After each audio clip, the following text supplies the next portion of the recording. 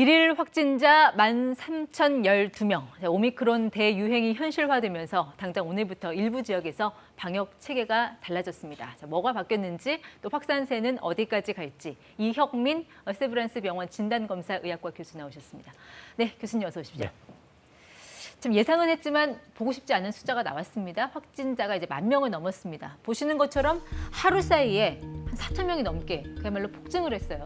자, 이유가 어디에 있다고 보십니까? 예, 여러 가지 이유가 있겠지만 일단 오미크론 변이 같은 경우는 델타 변이보다 배양 양성률이 20% 정도 높은 걸로 알려져 있습니다. 이제 네. 그 이유는 바이러스 배출량이 많기 때문이고요. 이게 결국은 높은 감염력으로 연결되는 게 하나가 있을 것 같고, 네. 두 번째로는 이제 최근에 방역 패스 문제라든가 여러 가지 이유 때문에 사회적 거리두기가 좀 많이 완화가 됐습니다. 그래서 이러한 영향 때문에 이러한 코로나19 확진자 숫자가 지금 폭증하고 있는 걸로 생각이 됩니다. 네, 그러니까 감염력이 워낙 세다는 것, 그리고 거리두기가 완화되는 두 가지 측면을 말씀을 해주셨는데, 그럼 이런 무서운 확산세가 어디까지 갈까요?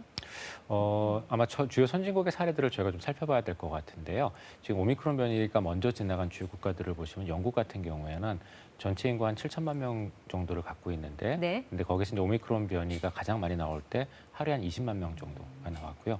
미국 같은 경우에는 우리나라보다 7배 많은 인구인데 오미크론 변이가 가장 많이 나올 때 80만 명 이상 확진자가 나왔습니다. 그래서 그런 것들을 고려하면은 우리나라의 오미크론 확진자도 정점에 다다르면 아마 10만에서 한 15만 명까지도 나올 수 있을 걸로 생각이 됩니다. 10만 명에서 15만 명. 그 시기는 대략 어느 정도로 예상하십니까? 보통은 이제 주요 국가들이 오미크론 변이가 이제 이런 급증하는 현상을 보이기 시작을 하면은 네. 대략 한 달 정도가 되면 이제 정점에 다다르게 됩니다. 그래서 아마 네. 우리나라도 한 2월 말 정도쯤이 되면은 아마 이 오미크론 변이에 네. 의한 그 발생이 제일 높아질 걸로 생각이 됩니다. 그래도 우리나라는 다른 나라에 비해서 백신 접종률이 좀 높은 편이잖아요. 이게 3차 접종 완료한 사람도 전체 인구의 한 50% 정도가 되는데 이 면역력이 어느 정도 형성이 돼 있으니까 이 다른 나라에 비해서 그렇게까지 그 높은 파고를 맞게 될까요?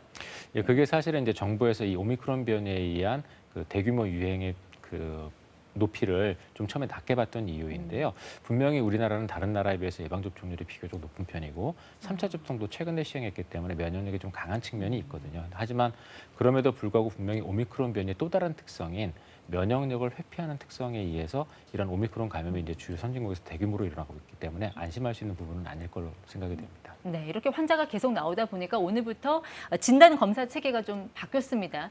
지역별로 또 시기별로 내용이 달라서 좀 많은 분들이 헷갈려 하시는데 좀 하나씩 좀 정리를 해볼까요?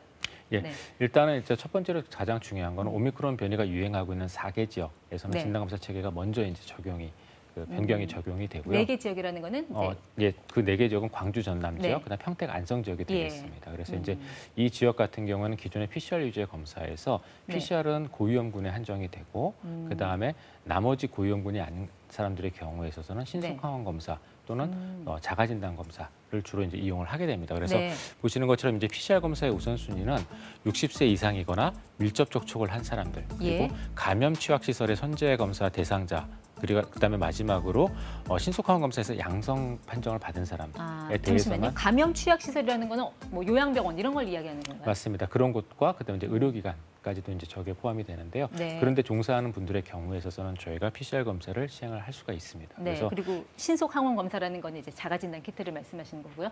자가 진단 키트 내지는 네. 그다음에 이제 일부 신속항원 검사는 보건의료기관에서 이제 보건의료인에 의한 검체를 가지고 시행이 되거든요. 네. 그래서 거기에서도 양성이 나오면 PCR을 받으실 수가 있습니다.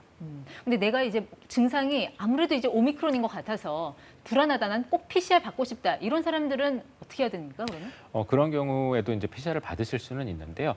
요 4가지의 이제 PCR 우선순위 대상 외에도 네. 의사의 소견서가 있는 경우는 다시 또 PCR을 받으실 수가 있거든요. 그래서 네. 이제 그런 경우는 의료기관에서 PCR 검사에 대한 의사의 소견서를 받으시면 예. 검사가 가능하십니다. 이게 전국적으로 확대되는 건 언제부터입니까? 전국적으로 확대되는 거는 일단은 이제 29일에서 2월 3일에 따라 2월 3일까지 순차적으로 확대가 되는데요. 네.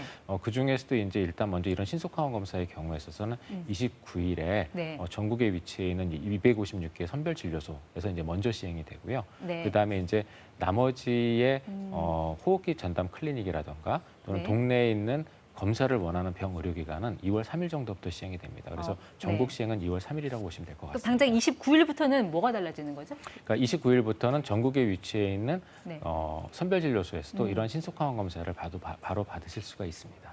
그럼 선별 진료소 가서 내가 직접 해야 되는 겁니까? 신속항원 예, 채취하는 거요? 예, 맞습니다. 저희가 이제 이런 신속항원 검사 같은 경우에는 이제 두 가지 경우에 가능한데요. 처음에 증상이 있는 경우는 조금 전에 말씀드렸던 호기 전담 클리닉에서 하게 되고 그런 경우에는 보건의료인이 검체를 채취를 합니다. 그래서 네. 이제 비인두 검체를 저희가 채취를 하게 되고 저희가 PCR 받을 때와 동일한 검체입니다. 하지만 증상이 없는 경우에 있어서는 네. 선별진료소에서 이런 자가진단 을 이용을 해서 이제 검사를 하게 되는데 자가진단 검체의 특징은 저 짧은 면봉을 이용을 하고요. 네. 이게 이제 PCR 할 때처럼 깊게 안으로 들어가지 않고 어. 코 앞에서 검체를 채취를 하거든요. 네. 그러다 보니까 이제 검체 채취는 쉽지만 이러한 문제 때문에 정확도가 좀 많이 낮다라는 단점이 있습니다. 결과는 바로 나옵니까? 네, 맞습니다. 결과는 저게 이제 저렇게 채취한 검체를 바로 코비드19라고 써 있는 여기에다 이제 접종을 하게 되고요. 그러면 보통 키트에 따라서 한 15분 정도면 결과를 확인할 수가 있습니다. 네. 그러니까 오늘부터 4개 지역에서 달라지는 게 이제 전국으로 확대되는 거는 2월 3일부터고, 자 29일부터는 자 이런 점이 달라진다는 것까지 설명을 해주셨습니다. 자, 그런데 조금 전에 이제 이런 자가진단 키트는 좀 정확성이 떨어진다고 하셨는데 뭐 어느 정도 떨어지는 건지 뭐 크게 문제는 없는 겁니까? 조금 문제는 있는데요. 저희가 이제 신속항원 검사 같은 경우에 의료인이 채취를 해서 검사를 하는 경우에 민감도가 대략 한 40% 정도로 알려져 있거든요. 네. 그러면은 이제 저희가 확진자 10명 중에서 한 4명은 진단이 가능하지만 6명은 놓칠 수가 있습니다. 네. 그다음에 이제 또 자가진단의 경우에 있어서는 의료인이 채취하는 검체가 아니라 본인이 채취하는 검체를 쓰기 때문에 거기서 다시 또 이제 민감도가 10에서 20%는 감소를 하거든요. 그래서 코로나19 확진자의 관리라는 측면에서는 분명히 어려움이 있지만 지금 현재 그럼에도 불구하고 이런 시스템을 쓰는 이유는 코로나19 검사를 확진을 위한 PCR이 오미크론 확산 때문에 더 이상 검사를 할 수 없는 상황에 대비한 거라서 네. 거기에 대한 보조적인 검사 정도로 생각하시면 될 것 같습니다. 맞습니다. 자, 이번엔 또 보면 이제 확진자와 밀접 접촉자에 대한 격리 지침도 좀 달라진 것 같아요. 그 부분도 좀 정리를 해보고 가겠습니다. 예, 맞습니다. 이제 확진자 밀접 접촉자에 대한 격리 기간이 변경이 되는데요.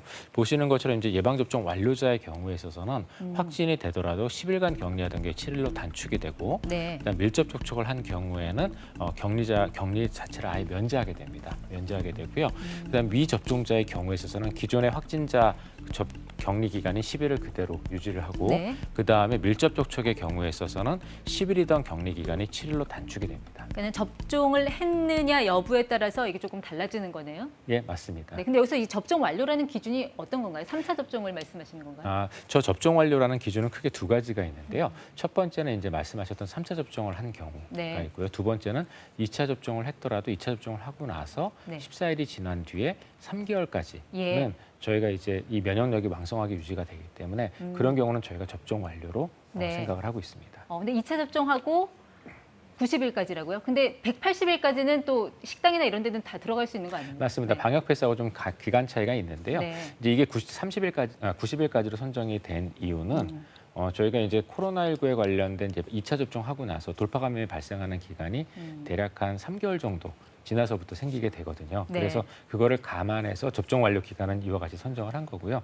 그다음에 이제 3차 접종에 대한 거는 그거보다 조금 더 여유를 주기 위해서 네. 이제 6개월까지 선정이 돼 있습니다. 그래서 이 기간 차이에 대해서는 아마 앞으로 다시 조정이 네. 있어야 될 것 같습니다. 이렇게 격리 기간을 단축한 게 이게 안전해서 이런 조치를 취하는 게 아니라 우리 사회를 좀 유지하기 위해서 일종의 플랜 B 같은 성격이잖아요. 결국 위험성은 남아있기 때문에 이제 개인 위생이 어느 때보다 또 중요할 것 같은데, 자, 어떤 점에 좀 가장 먼저 신경을 써야 된다고 생각하세요? 네, 맞습니다. 약간의 위험성을 감수하고 지금 가는 것들이기 때문에요. 네. 말씀하신 개인 위생이 중요한데 그중에 이제 제일 중요한 거는 마스크 착용이 되겠습니다. 마스크요? 네. 네, 맞습니다. 그래서 우리가 이제 코로나19 초기부터 이 마스크 착용의 중요성에 대해서 많이 강조가 되어 왔었는데요. 근데 이제 마스크를 올바로 착용하는 법은 잘은 모르시는 것 같습니다. 근데 이제 어떤 내용이 있냐면은 저희가 쓰는 마스크는 크게 이제 2종류 내지 3종류가 있거든요. 근데 그 중에서도 일반 덴탈 마스크는 네. 나한테서 나가는 비말을 막아주지만 들어오는 비말은 잘 못 막기 때문에 네. 그런 경우에 있어서는 저희가 지금처럼 환자가 많을 때는 KF94 마스크를 저희가 예. 착용하는 게 본인을 보호하기에는 더욱더 도움이 됩니다.